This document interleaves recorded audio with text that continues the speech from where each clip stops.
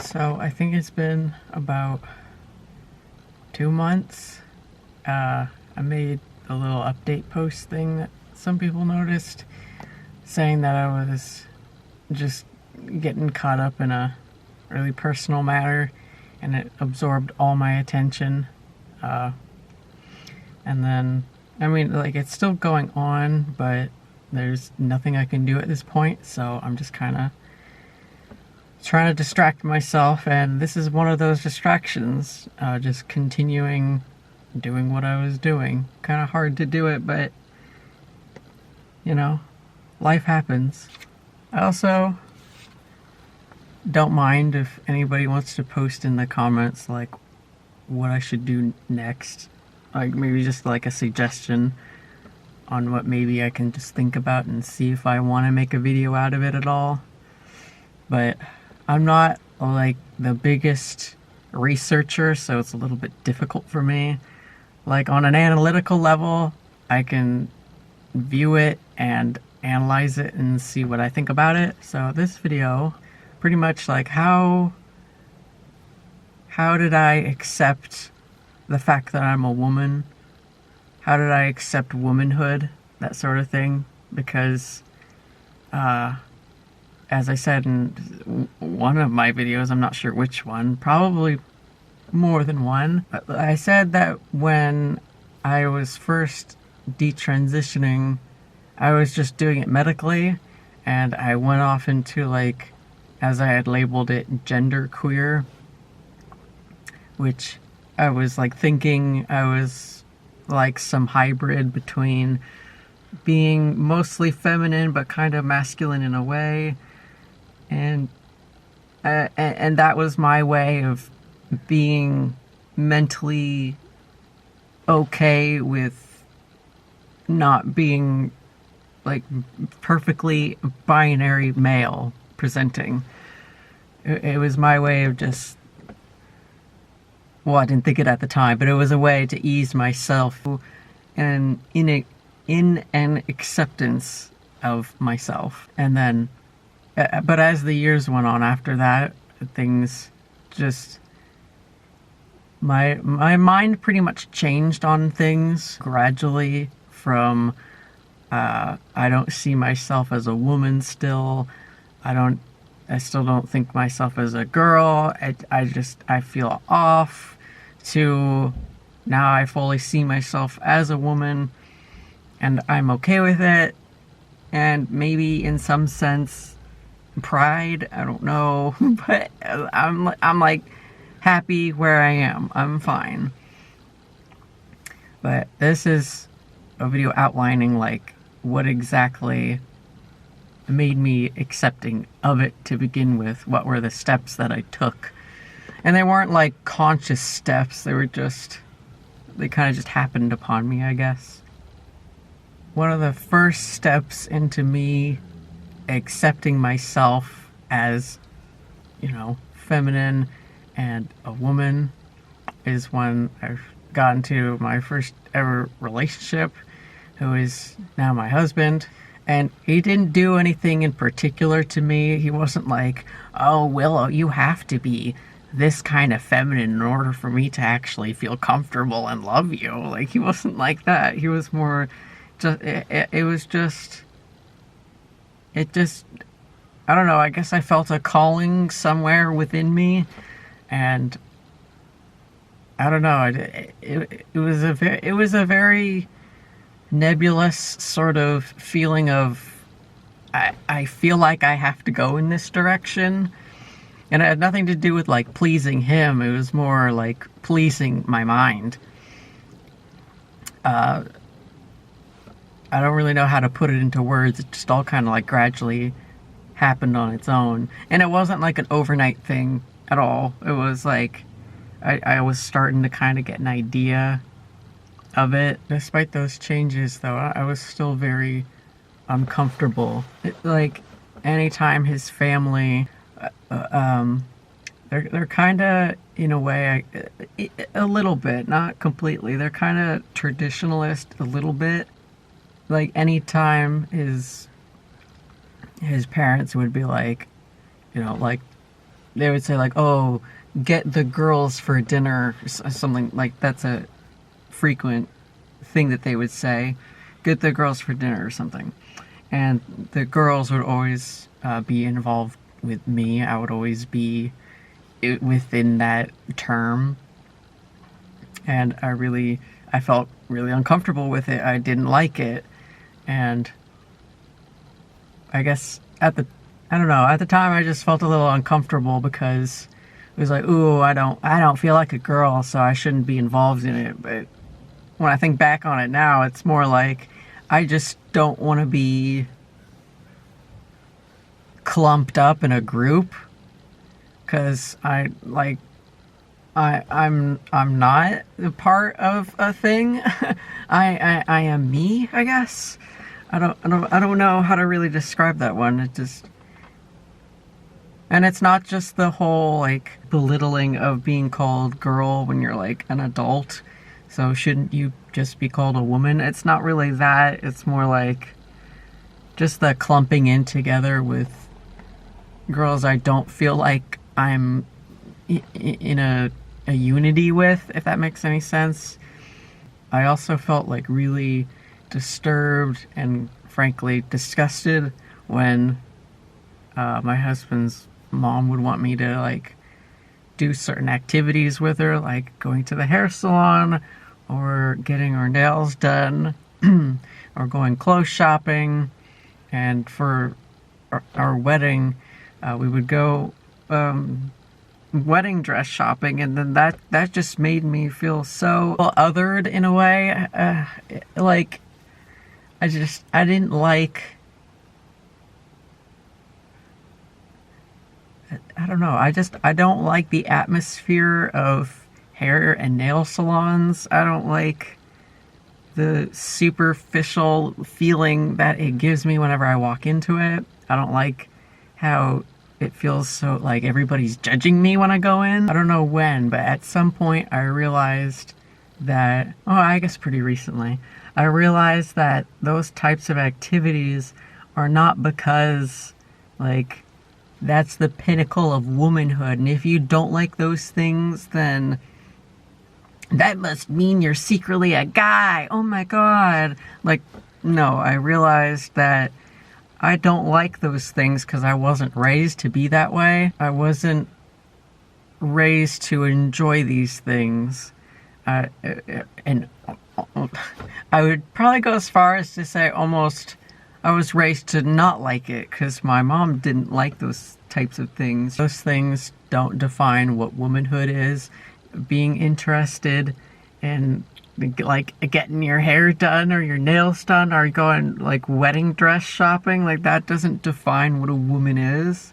It's just something that a particular demographic of women enjoy doing, and just because I don't like it doesn't mean that I'm some alien boy creature or something like that. Like, it just means I'm not interested in it. That's it.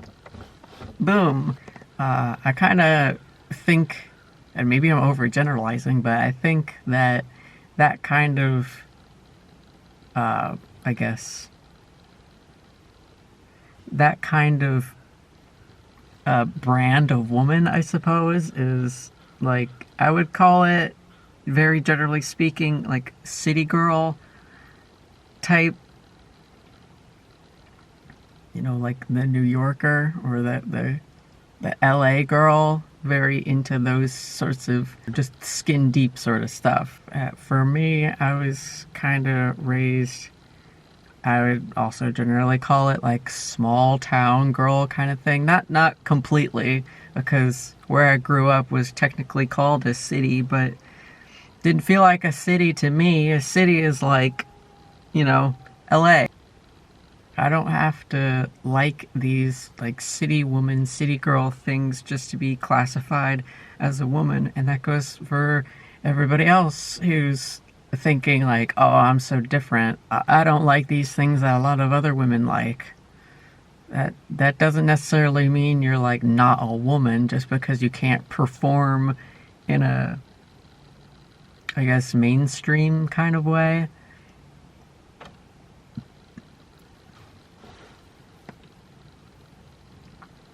And I've noticed that that's kind of something that a lot of like detrans women and trans females will see. They will, like myself, had like, or have, tunnel vision for what women look like.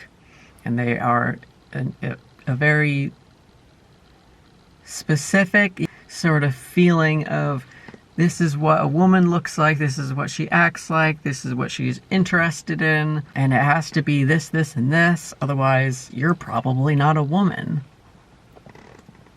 And it's that tunnel vision on the city girl thing, the mainstream view of what a feminine woman is meant to look like, act like, etc.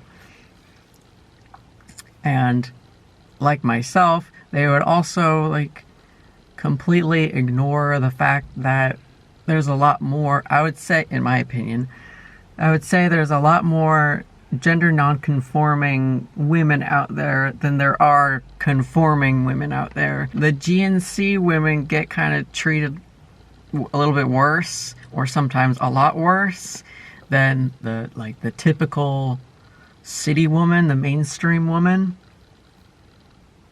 And like myself, we would see this kind of difference in reaction, and we'd be like, why would I want to be proudly gender non-conforming if I'm just treated like trash? Anyway, so what I did to accept that I'm a woman is that I realized that, like I said, it was like there's that one demographic of women out there who are this one way, but it doesn't define womanhood. It's just it's popular. It's popular to be that sort of image. And it's okay to not be popular. It's okay to be your own brand of person, and in my case, my own brand of womanhood. And that's something that I own. That's something I can take pride in, and that, like, I am different, and it's okay to be different, and that still makes me a woman. How I had defined womanhood before was that it was like to be a woman is to be vapid, boring, hysterical, superficial, a woman who can't take a joke, who puts makeup on every day, and she cares so much about, her appearance, and she probably watches The Bachelor and like shows just like that all the time. And then when she was a girl, she had a crush on every boy, and she had a crush on every boy in a boy band. Oh man. Womanhood, in a way, to me at the time was girl boss. It was emotion over logic. It was being very open and not reserved, I guess. Just like an open book, shows off too much hysteria, and pardon the phrase, I don't know if anybody uses it anymore, but definitely when I was a teenager, I heard it and used it a lot. Bimbo. And it was also Mean Girl, which is also a movie. So that was like, the girls in Mean Girl, the antagonists, were very much like the definition of woman to me. And I wanted to be nothing like that. But of course, now, as I had taken the steps to rewire and review my whole unconscious or subconscious definition of what womanhood is, I realize now that that's such a narrow and, in a way, unrealistic view of womanhood. I would say it's sexist to just think that this is all women have to be defined as a mean girl. That's just sexist. I am a woman because I was born female. That's that's it. That's what it says on the tin, and you gotta take it at face value. That was another step toward accepting femininity and womanhood. There's, like I was saying before, with gender nonconforming women, there are so many outside this city. There are so many everywhere else that we just don't really get to see, or we just don't really acknowledge. Women outside the city and outside mainstream media, women outside your immediate physical environment or province, or maybe even your country, depending on where you are, I guess. They are not what you expect a woman to be, I guess. I sometimes have joked with my mom that, like, a lot of these kids and teens who think that they are the opposite sex, including me back then, I was also in this mind frame, have never gone out beyond, like, their city limits and met, pardon the term, I feel like it's kind of a slur, but, like, redneck women, they're, like, very country women, I guess. Biker chicks. Women who have served time in prison, maybe. Women from second or third world countries. Etc., etc. And I don't know. I hope that's not too offensive when I say that. In my mind, it's just a fact that they are different. So girls who think that they're the opposite sex on the inside, and myself included at the time, we had based womanhood off of our mothers, our popular media, our friends and peers. We've based it off our environment and how it wants us to behave. And if we're more the rebellious type and don't like being confined to a specific way of acting, presenting, being a guy just kind of seems like more practical, it feels a little bit more freeing. To be a guy presenting, it's a way to rebel against the status quo of girlhood or womanhood. Well, it's not ideal to be a guy because guys have their own status quo. For several reasons, these girls, they don't see this status quo. They don't get throttled by the reality of the male social hierarchy. They don't see this sort of onslaught because, first of all, these girls, and myself included at first, are being treated as a trans guy, mostly a girl, and specifically not a boy at all. So, by virtue of being both a trans person and a girl, we get this safeguard of trans rights because a lot of people, they don't want to say anything that goes like against the grain here because they don't want to be labeled as transphobic. So they'll avoid mistreating that girl or criticizing her in any way, just in case that they get that label. And then on top of that, there's feminism, where everything a girl does is basically protected by other feminists. So it's like girl power, girl boss, female empowerment, that sort of thing. So this girl is ultimately, and myself, is ultimately within the safety bubble where the male hierarchy of real boys don't touch her. Like myself, the only time where we'll actually come face to face with that status quo is when we pass. And this is where quite a few of these girls will detransition because that male hierarchy is, to say the least, difficult to deal with. Passing is something that I tried to do, and I was trying to also be stealth because I just wanted to be a guy. And passing isn't something that everybody can do. I guess I was within wanting to pass context. I was lucky to be androgynous enough to look and sound very much like a guy.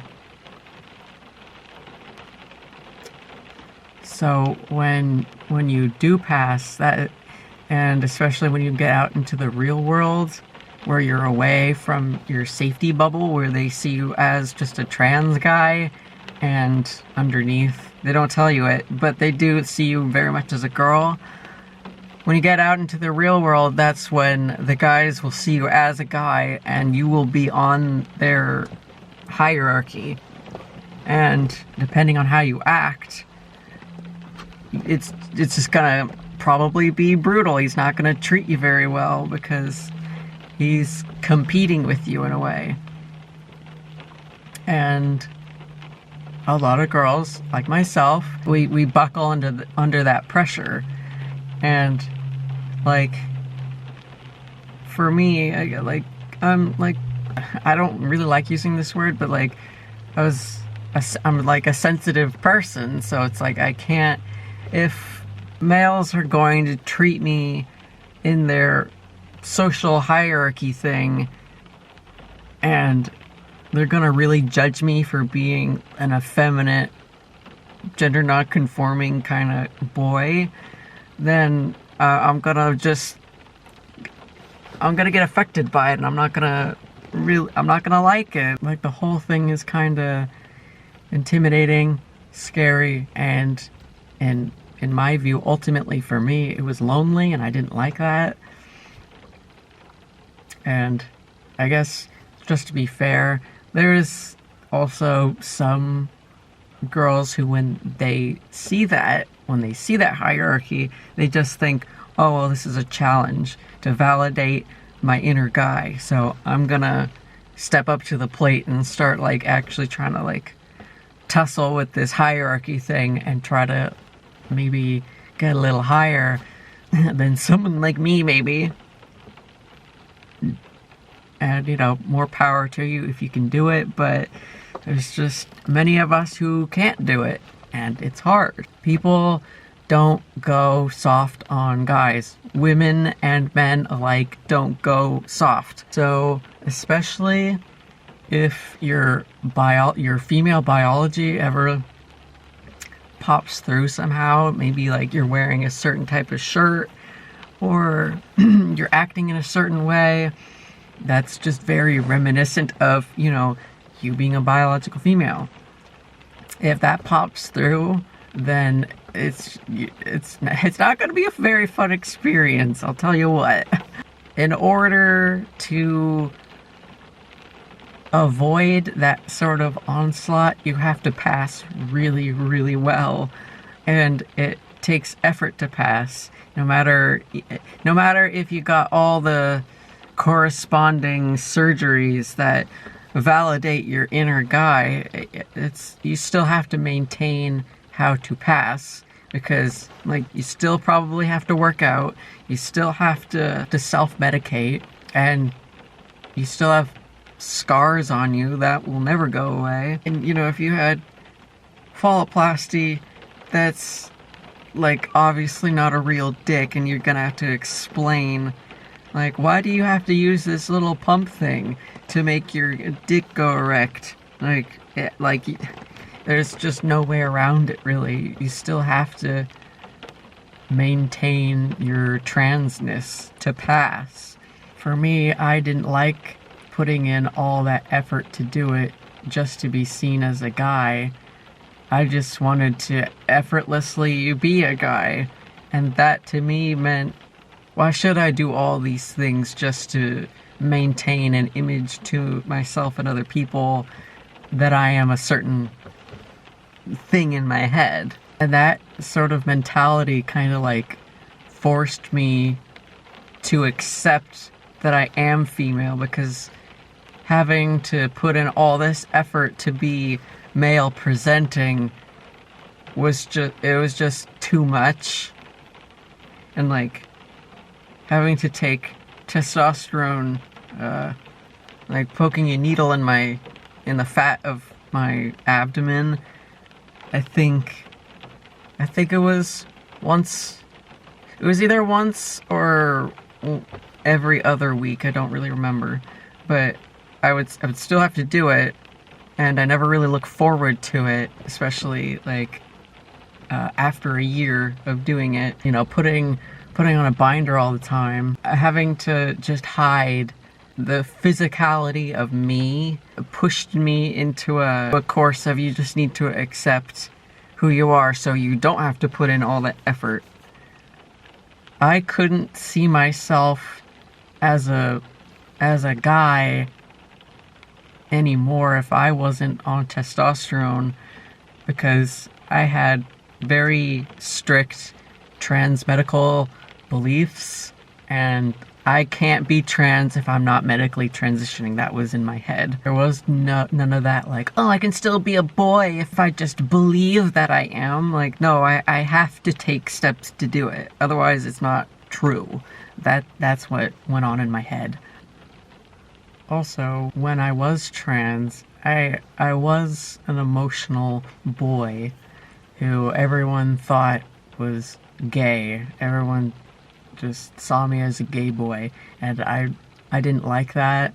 And it's not because of like homophobia or anything. It just like the way they said it made it feel like they were, trying to make me feel like shit. I was still gender non-conforming even as a trans guy. I did not escape the GNC weird kid energy at all. So my thought experiment that I have invented probably a couple months ago was, and it takes a lot of honesty to actually do this thought experiment, where you have to ask yourself what would realistically happen if you are actually born as the opposite sex. And for me, I thought about this, and I thought that if I had actually been born a guy, I would have been very feminine. I would have been bullied far more, because I would actually be gay, and I knew I would be bullied as a gay guy because I knew gay people around me, and they were bullied despite how like liberal and progressive we all were in our environment in school and whatnot. I would have been loved differently by both my parents. My mom would have looked at me a little bit differently, maybe a little bit less enthusiastically, because she had always wanted a girl, and knowing that, or sensing that she had always wanted a girl, might have been like a key component for me as a biological male in this alternative universe to just want to be a girl instead. So being bullied for being gay and feeling ashamed of my sexuality would have also contributed to the desire to transition to female. So really, like, realistically speaking, I would have wanted to be trans in both scenarios anyway, so what are you gonna do? You are gender non-conforming no matter which way you are. Even if you're like the most feminine trans woman, there's still something kind of still very manly about you. Or, the other way around. If you're a trans guy, there's still something very feminine about you. And this kind of goes into what I was saying earlier, like, being misogynistic isn't what makes a guy a guy. And when I was going through the whole trans thing, like, I wasn't consciously thinking of it, wow, I'm so misogynistic, that must mean I'm a guy. Like, no, it was stuck in my head that if I really had a penchant for anything girly, that must therefore mean I'm a guy. If I don't like girls, that must mean I'm a guy. I don't like toxic feminine behaviors. That must mean I'm a guy. Well,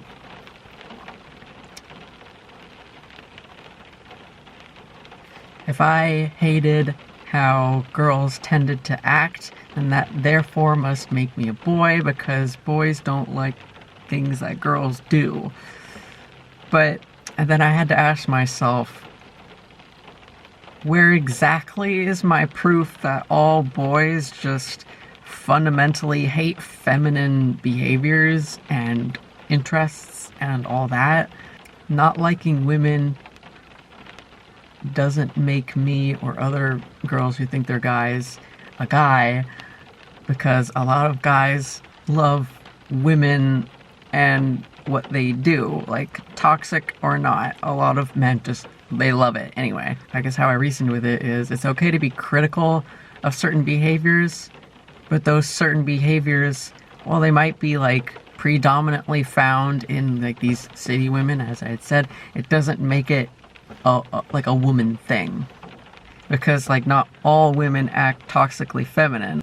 Lastly, I had a lot of trouble when it came to pronouns, and like obviously that's something that a lot of people have trouble with, but like how I came to terms with, you know, she, her, herself, woman, was I started just looking at it more objectively. I realized that I applied a certain connotation to what she, her meant to me. And then, you know, that obviously means that it's a subjective thing and I defined it for myself.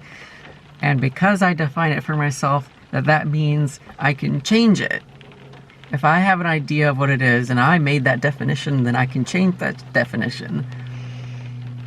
I associated for a long time she, her with weakness, inferiority, uselessness, vapidness, superficiality, being unintelligent, being impractical.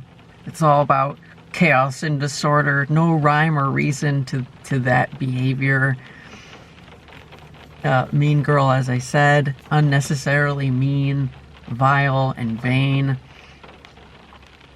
But all of these connotations were stirred up by the negative behaviors I would see in the girls that I was trying to befriend as a young girl. I don't remember how young I was, but it was these girls that I had met, and I was just like hell-bent on being friends with them. I don't really understand why. Because I was so fixated on it, I saw them as what girlhood was.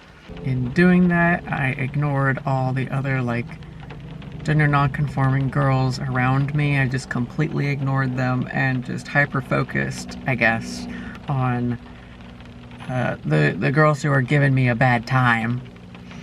And it kind of makes sense because that's kind of human nature. We kind of just focus on the negativity in our lives. So I saw girls ultimately as very rejecting.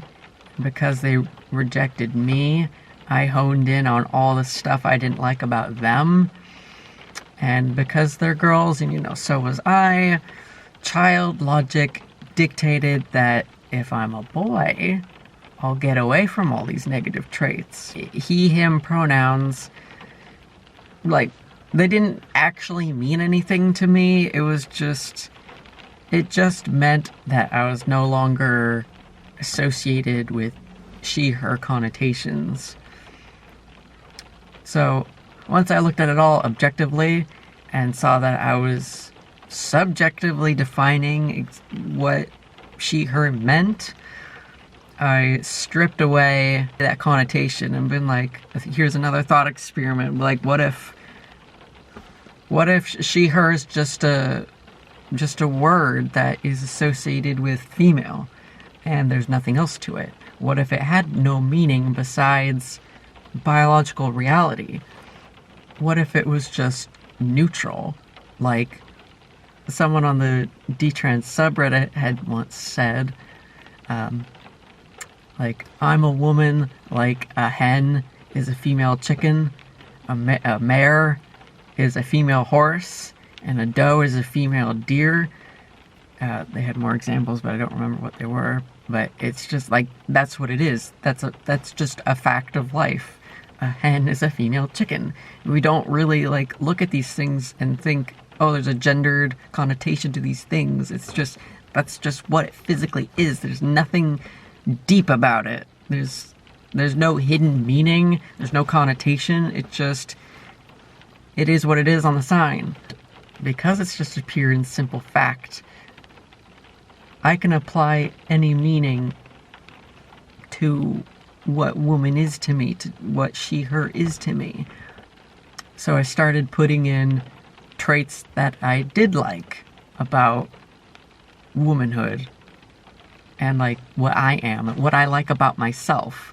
I put that behind she, her, and then it started just kind of like lifting into something.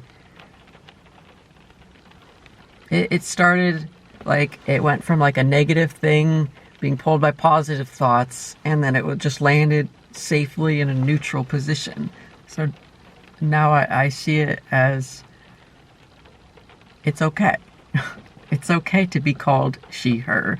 And in a way, there's like a sense of pride in being seen as that, because it's wonderful to be a woman. I have grown to very much enjoy it.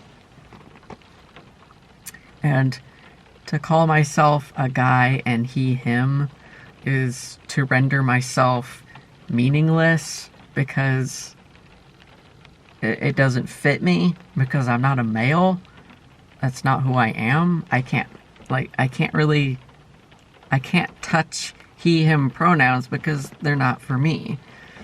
So, and I can't put anything behind it because it's not me. That's all I gotta say on this matter.